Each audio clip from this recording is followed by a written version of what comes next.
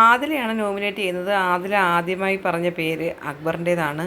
ഒരു രണ്ട് നല്ല ഇൻഡിവിജ്വലായിട്ടുള്ള കളിച്ചുകൊണ്ടിരുന്ന രണ്ട് വ്യക്തികളെ മാനിപ്പുലേറ്റ് ചെയ്ത് അവരെ ബ്രെയിൻ വാഷ് ചെയ്ത് തനിക്കൊപ്പം കൂട്ടി അവരുടെ ഗെയിം പോലും ഇല്ലാതാക്കുന്ന പ്രവൃത്തിയാണ് അക്ബർ കാണിച്ചുകൊണ്ടിരിക്കുന്നതെന്നാണ് ആദില പറയുന്നത്.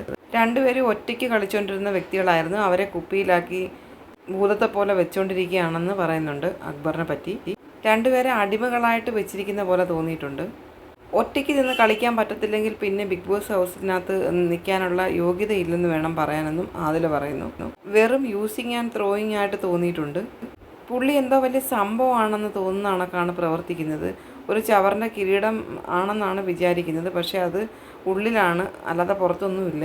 നമ്മളിപ്പോൾ ഒരു കാര്യം പറയുകയാണെന്നുണ്ടെങ്കിൽ അയാളത് ഓക്കെയാണ് മനസ്സിലായിട്ടുണ്ടെങ്കിൽ ലാലേട്ടൻ വരുന്ന എപ്പിസോഡിൽ അത് തിരുത്തി അത് മാറ്റി പറയുന്നൊരു സ്വഭാവം കൂടി ഇയാൾക്കുണ്ട്. എനിക്ക് ഇയാൾ ഡിസർവിങ് ആയിട്ട് തോന്നുന്നില്ല. ഇവിടെ നിന്ന് പോയ ഒരുപാട് ആൾക്കാർ ഡിസർവിങ് ആയിട്ട് തോന്നിയിട്ടുണ്ടായിരുന്നു. ഡിസർവിങ് ആയിട്ടുള്ള ഒരുപാട് ആൾക്കാർ വേറെയും ഇവിടെയുണ്ട്. ഇയാൾ ഇവിടത്തേക്ക് ഫിറ്റല്ല. വല്ല ഗുണ്ടാ സങ്കേതമോ വല്ല തുടങ്ങാനായിട്ടാണെങ്കിൽ ഇയാൾ ഫിറ്റാണ്. ഇതൊരു ബിഗ് ബോസ് ഹൗസാണ്, അല്ലാതെ ഇത് ഗുണ്ടാ സങ്കേതമല്ല എന്ന് ആദില പറയുന്നുണ്ട്. പുള്ളി എന്തോ വലിയ സംഭവമാണ്, ബാക്കിയുള്ളവരാരും ഒന്നുമല്ല എന്നുള്ള ഒരു രീതിയാണ്, ഒരു പ്രവണതയാണ്. പിന്നെ ഒരു ടാസ്കോ കാര്യങ്ങളോ വരുവാണെങ്കിൽ എല്ലാവരുടെയും ഹെൽത്തും കൂടി നോക്കണം. അതൊന്നും പുള്ളിക്കില്ല. മറ്റുള്ളവരെ നോക്കാതെ സെൽഫിഷായിട്ട് ഗെയിം കളിച്ച് വിജയിക്കണം എന്നുള്ളൊരു ചിന്ത മാത്രം വെച്ചിട്ട് നിൽക്കുന്ന ഒരാൾ, അങ്ങനെ സെൽഫിഷായിട്ടുള്ള ഒരാൾ എന്തിനാണ് ഇവിടെ നിൽക്കുന്നതെന്ന് എനിക്ക് തോന്നുന്നില്ല. ഹെൽത്ത് ഇഷ്യൂസ് ഒന്നുമില്ലാതെ ഇവിടെ നിൽക്കുന്ന എല്ലാവരും നല്ലതായിട്ട് പുറത്തിറങ്ങണം. ഹെൽത്തും മൈൻഡും എല്ലാം നല്ലതായിട്ട് ഇവിടെ നിന്ന് ഇറങ്ങണം.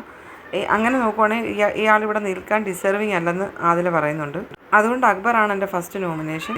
പിന്നെ രണ്ടാമത്തെ നോമിനേഷൻ എൻ്റെ പ്രിയപ്പെട്ട അനീഷേട്ടനാണ്. തെറ്റിദ്ധാരണയും തെറ്റിദ്ധരിപ്പിക്കലും മാത്രമാണുള്ളത്. പുള്ളിയുടെ അടുത്തു നിന്ന് ഒരു പുതുമയില്ല. എപ്പോഴും ഈ അലർച്ചയും കാര്യങ്ങളും മാത്രമാണ്. അങ്ങനെ അനീഷിൻ്റെ കുറേ കാര്യങ്ങൾ പറഞ്ഞിട്ട് അനീഷിനെ നോമിനേറ്റ് ചെയ്തിരിക്കുകയാണ് ആദില.